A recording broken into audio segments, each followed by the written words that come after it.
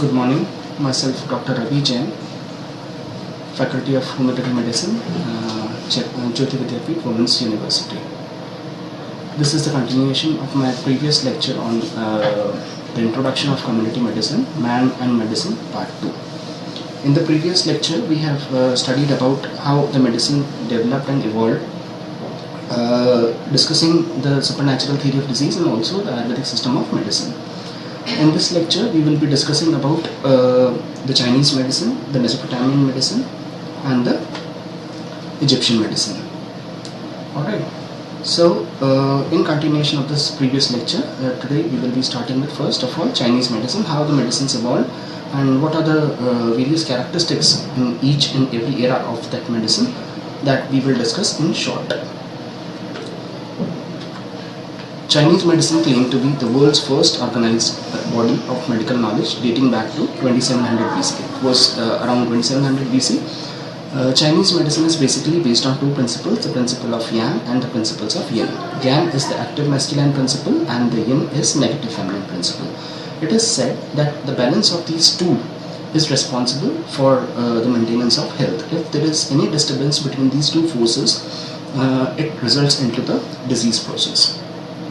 The Chinese were early pioneers of immunization. They also introduced the concept of immunization, where they practiced variolation to prevent smallpox. They used to give the vaccines to prevent the diseases like smallpox. Chinese people believe that the great doctor, is not one who will treat the patient, but the great doctor is one who will treat someone who is not yet ill.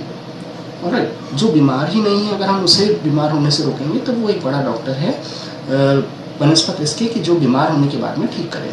The Chinese physicians paid more emphasis on hygiene. They also paid a very important emphasis on hygiene, dietetics, hydrotherapy, massage and drugs for the treatment of various diseases. Chinese system में एक बहुत important चीज़ थी कि उन्होंने एक concept दिया था barefoot doctors का. बेयरफुट डॉक्टर्स कहते थे फार्मर्स को, किसानों को, जो कि फील्ड में नंगे पैर अपना काम करते थे. चाइनीज़ मेडिसिन में उन लोगों ने ट्रेन किया किसानों को, फार्मर्स को, जो लोगों के बीच रहते हैं, और उनको इस काबिल बनाया कि वो बाकी लोगों का ट्रीटमेंट कर सकें. So they give the concept of barefoot doctor and also acupuncture जिसमें हम लोग पॉइंटेड नीडल्स के थ्रू इलाज करते हैं.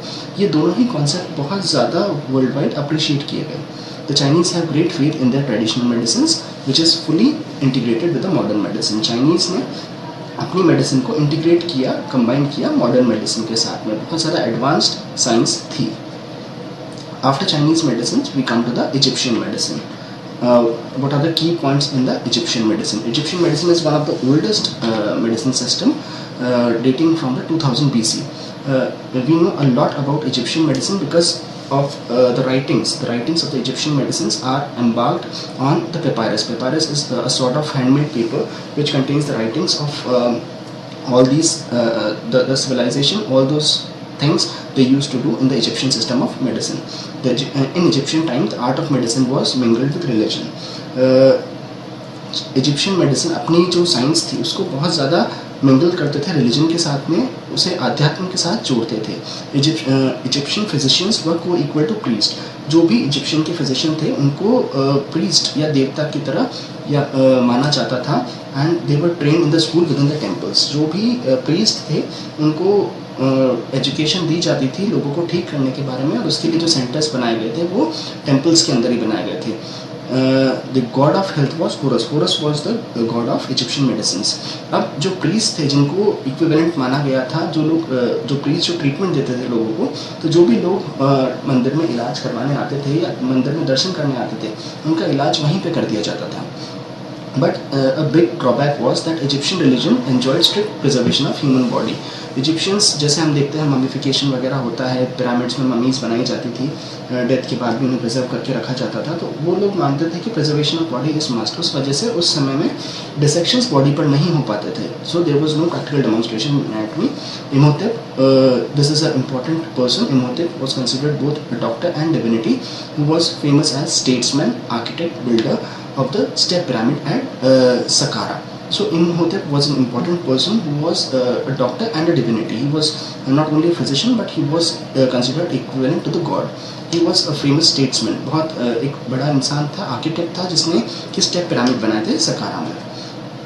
इजिप्शियंस एरा में ऑल्दो रिलीजन को ज़्यादा माना जाता था, लेकिन उस समय स्पेशलाइजेशन भी था। There were eye doctors which were treating eyes, head doctors treating head, and they were tooth doctors. So there was a little bit of specialization at that time. Egyptians believed that the disease was due to absorption of harmful substances from the intestine. ये मानते थे कि disease, इन्होंने थोड़ा scientific way में disease को explain करने की कोशिश करी। इन्होंने कहा कि नहीं, diseases supernatural theory of disease की वजह से नहीं हो रही है, बल्कि इस वजह से हो रही है कि कुछ हार्मफुल केमिकल जो कि इंटेस्टाइन से एब्जॉर्ब हो रहे हैं, आपकी ब्लड में एब्जॉर्ब हो रहे हैं, जिस वजह से प्यूट्रिफिकेशन ऑफ ब्लड हो रहा है, ब्लड खराब हो रहा है, जिस वजह से डिजीजेस हो रही हैं।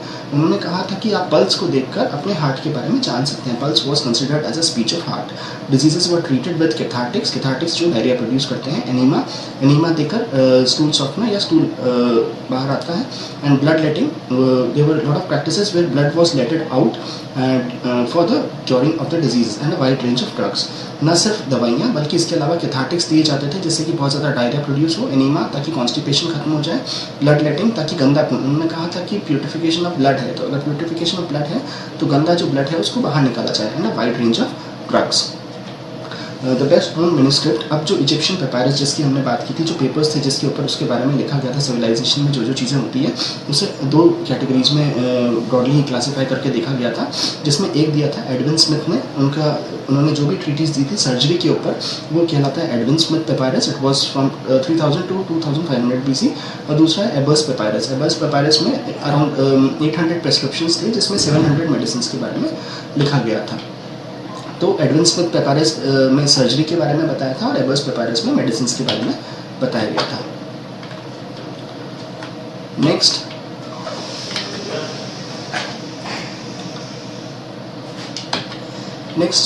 Edwin Smith Papyrus is the oldest treatise on surgery, and Ebers Papyrus record of 800 prescription with 700 drugs.